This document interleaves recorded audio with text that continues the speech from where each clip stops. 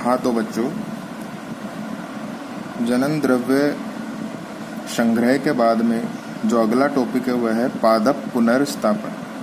पादप पुनर्स्थापन कि हम पादप प्रजनन की विभिन्न प्रक्रियाएं पढ़ रहे थे। उस प्रक्रम में जो तीसरा भाग है वो है पादप पुनर्स्थापन। तो पादप पुनर्स्थापन किसे कहा जा सकता है? पादप पुनर्स्थापन अगर हम एक पर्टिकुलर एरिया के अंदर एक निश्चित क्षेत्र में उगने वाले किसी पौधे की प्रजाति को वहां से उसकी जो प्राकृतिक आवास है वहां से उठाकर उसको दूसरी जगह के अंदर अगर हम उसे उगाते हैं, लेकर जाते हैं और वहां पर उगाते हैं तो इसे बोला जाता है पादप पुनर्स्थापन। अब पादप पुनर्स्थापन के लिए जो सबसे जरूरी बात है वह है अनुकूलन। क्या है? अनुकूलन। अगर अनुकूलन नहीं होगा तो पादप अच्छे से पुनर्स्थापित नहीं हो पाएगा। तो किसी भी पौधे को अथवा पौधे का जो नया परिवर्तित वातावरण है उसमें अभ्यस्त होना होता है। तो इस दौरान उसे वहाँ के जलवायु के अनुसार विभिन्न परिस्थितियों को झेलना होता है। अगर वो इस चीज को झेल जाता है तो वो अनुकूलित हो जाता है और वो पूरी तरह से पुनर्स्थापित हो जाता है।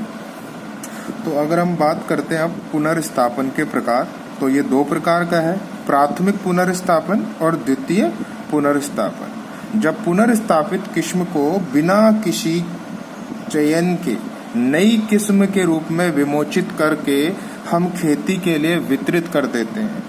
ठीक है, ध्यान रखना कि अगर हम बिना चयन के डायरेक्टली हम कहीं से लेकर आए और उसको यहाँ जो पादप प्रजनन की विभिन्न विधियां उनके जरिए उसको हमने चयन नहीं किया और डायरेक्टली उसको विमोचित कर लिया। ठीक है, विमोचित कर खेती के लिए उसे वितरित कर दिया, तो इसे बोलेंगे प्राथमिक पुनर्स्थापन। अब है द्वितीय पुनर्स्थापन। इसमें क्या किया जाता है? जो पुनर्स्थापित किस्में हैं इसमें हम चयन करते हैं। हम क्या करते हैं? चयन। तो एक जगह पर जब पुनर्स्थापित किस्म को उगाया जाता है, फिर उसमें से जो अच्छे गुणों वाली, उत्तम और उत्कृष्ट गुणों वाली जो पौधे हैं उनको चयन करके फिर उसका क्या कहते हैं? किसी स्थानीय किस्म से संकरण करके नई उत्तम किस्म का विकास किया जाता है। क्या किया जाता है? किसी स्थानीय किस्म से, कोई भी स्थानीय गेहूं का, जैसे कि एग्जाम्पल ले गेहूं, उसकी वो देशी स्थानीय किस्म है, उसके साथ उसका संकरण करते हैं और फिर उन दोनों गुणों का समावेशन होने से एक नई किस्म का उदय होता है। तो इसे बोला जाता है द्वितीयक पुनर्स्थापन। तो ये हो गया पुनर्स्थापन। ठीक है, अब बात करेंगे हम पादप पुनर्स्थापन की प्रक्रिया कि किस तरीके से होता है। इसके लिए 6 क्रियाएं होती हैं। कितनी? 6। तो सर्वप्रथम है अर्जन। क्या है? अर्जन।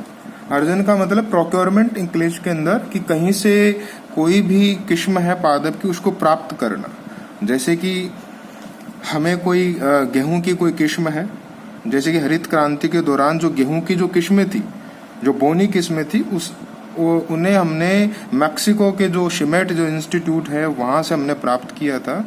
तो इसे बोलते हैं अर्जन करना। तो वांछित जो भी जनन द्रव्य है, जिस प्रकार का हमें गुण धर्म चाहिए उस किस्म के अंदर, उसको प्राप्त करने की क्रिया को ही अर्जन कहते हैं। और जो ये अर्जन प्रोक्योरमेंट करने की जो प्रक्रिया है भारत में एक ही संस्था के जरिए होती है और उसका नाम है national bureau of plant genetic resource, मतलब राष्ट्रीय पादप आनुवांशिक संसाधन ब्यूरो, जिसका मुख्यालय है नई दिल्ली में। इसके माध्यम से होना अनिवार्य है, अदरवाइज कोई दूसरे तरीके से अगर किया जाता है तो वो इलीगल माना जाता है। ठीक है, तो फिर दूसरे स्टेप में होता है संगरोध, क्वारंटाइन। तो आपने अभी खूब अच्छे से सुना होगा। तो बाहर से जो भी आयातित बीज होते हैं, ठीक है, उनके साथ, उनके पादप उत्पादों के साथ कोई रोग, कीट, खरपतवार इत्यादि आ सकते हैं। तो ऐसी परिस्थिति में जब वो हमारे देश में आते हैं तो उसके साथ ही अगर ये रोग, कीट वगैरह आ जाएंगे तो हमारे लिए हानिकारक सिद्ध होगा। ठीक है, तो इसलिए क्या किया जाता है, उसे देश में पर्टिकुलर क्षेत्रफल में उसे इंट्रोड्यूस करने से पहले उसका संगरोध किया जाता है। ये बहुत ज्यादा जरूरी है। संगरोध करके सुनिश्चित किया जाता है कि उसमें किसी भी प्रकार का रोग या कीट या फिर कोई खरपतवार तो नहीं। ठीक है, फिर तीसरे स्टेप में क्या करते हैं? सूचीबद्धन। क्या करते हैं? सूचीबद्धन। कि जैसे कि वो जो पादप जो किस्म है उसको पादप वर्गीकरण के अनुसार किस तरह से पादप वर्गीकरण में वो कहाँ पर आती है, ठीक है।